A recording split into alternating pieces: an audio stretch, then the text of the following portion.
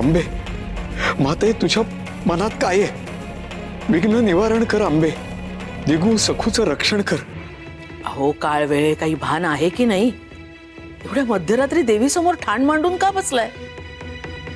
काय झालंय तरी काय?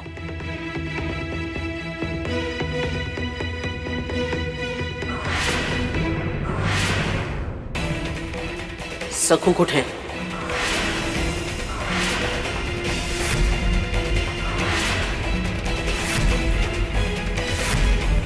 काय झालं?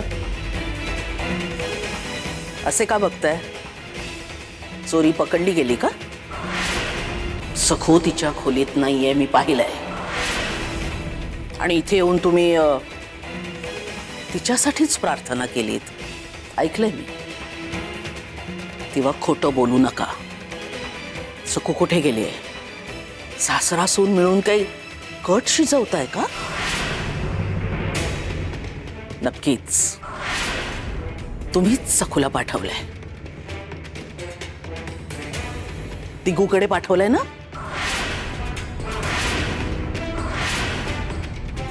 मी शांतपणे सांगतेय, तुम्ही हे जर असं काही केलं असेल तर मोठा अनर्थ होईल. अनर्थ होईल. अनर्थ होईल.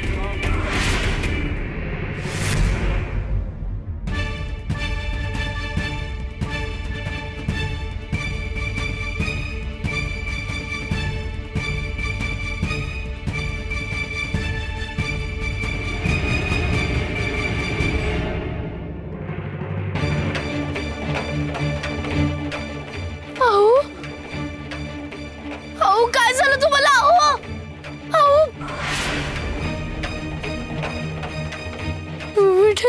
विठुरे अरे काय झालं?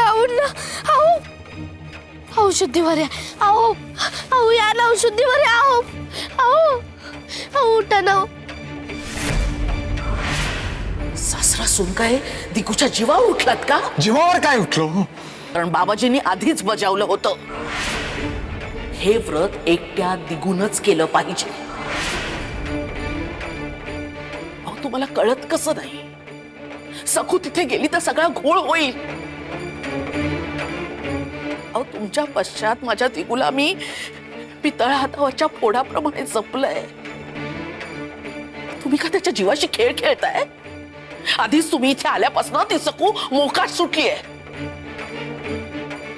तुम्ही काय माझ्या मेहनतीवर बोळा फिरवायला आलात का?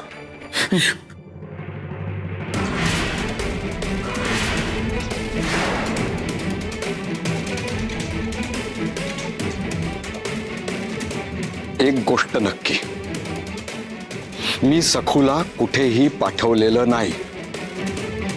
आणि सखू एक अत्यंत हुशार, कर्तव्यनिष्ठ आणि पतिव्रता आहे हे मला माहिती आहे. तुला काय वाटतं ते तुझं तुलाच माहिती.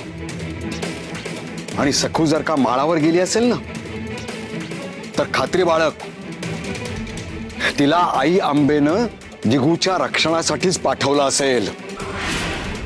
तू डोळे मिटून तुला हवं तसं जग बघ, पण सखूवरती कुलस्वामिनेचं कृपा छत्र आहे हे निश्चित.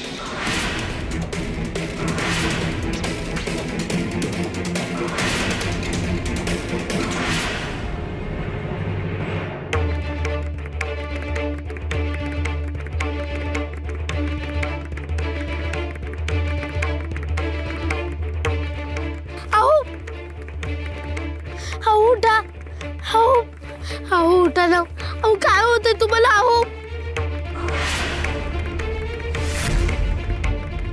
खूप लागले. कपाळावरचं रक्त थांबवायला हवं.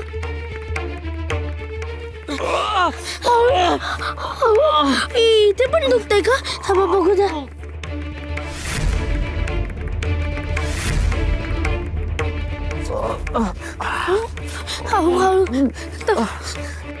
हळू.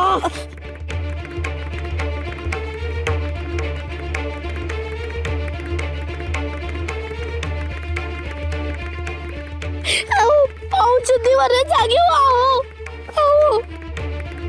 डोळे उघडा ना. बाबाजी! बाबाजी बाबाजी बाबाजी आज तुमच्याकडं जोरदार मेजवानी पाहिजे हा? अहो तुमच्या आदेशा परमान कामगिरी फत्ते झाली